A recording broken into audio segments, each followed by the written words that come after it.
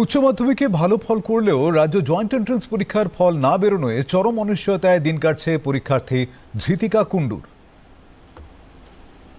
উচ্চ মাধ্যমিক পরীক্ষায় 2024 সালে 88%-এরও বেশি নম্বর নিয়ে পাশ করে ধৃতিকা কুণ্ডু জয়েন্টে প্রস্তুতি নেবে বলে কলেজে ভর্তি হয়নি। 2025 সালে রাজ্য জয়েন্ট এন্ট্রান্স পরীক্ষা দিলেও তার এখনো ফল প্রকাশিত হয়নি। আবার রাজ্যের অন্য কলেজগুলোয় ভর্তির মেরিট লিস্ট প্রকাশও অনিশ্চিত, ফলে চরম অনিশ্চয়তায় দিন কাটছে ধৃতিকার।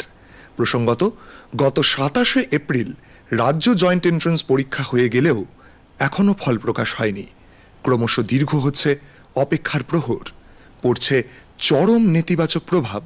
আমি এবছর ওয়েস্ট বেঙ্গল জয়েন্টের জন্যই প্রিপারেশন নিয়েছিলাম। এখন আমি যতদূর জানতাম রেজাল্ট বেরোনোর কথা জুন মাসের প্রথম সপ্তাহে, কিন্তু রেজাল্ট বেরোলো না এবং শেষ মুহূর্তে জানা গেল যে আবার কবে বেরোবে সে বিষয়ে কোনো নিশ্চয়তা নেই।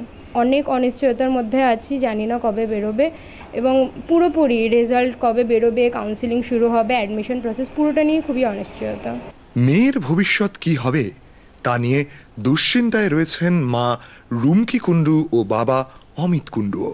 মেয়ে রেজাল্টের জন্য আমরা সবাই উৎকণ্ঠা নিয়ে অপেক্ষা করে আছি যে রেজাল্টটা বেরোবো, তারপরে যে ভর্তির যত প্রসিডিওর রয়েছে সেগুলো করব। কিন্তু এখন তো যেভাবে রেজাল্টটা অনিশ্চয়তার মধ্যে পড়ে আছে, তো মেয়েকে কিভাবে আমি মেন্টাল সাপোর্ট দেবো বা নিজের মেন্টাল সাপোর্ট কিভাবে নেব সেটাও বুঝে উঠতে পারছি না। ভীষণ উৎকণ্ঠা আর অনিশ্চয়তার মধ্যে জীবন কাটছে। কারণ আমরা খুব মধ্যবিত্ত ঘরের পরিবারের লোকজন, আমাদের মাথার উপর যদি অনেক টাকা বোঝা চাপিয়ে দেওয়া হয় বা মেয়ের ভবিষ্যতের জন্য আমাদের যা করে হোক করতে তো হবে। শুধু ও তো একা নয়, প্রচুর ছেলে মেয়ে অনিশ্চিত ভবিষ্যতের দিকে আস্তে আস্তে এগোচ্ছে, আর ওরাই তো দেশের ভবিষ্যৎ।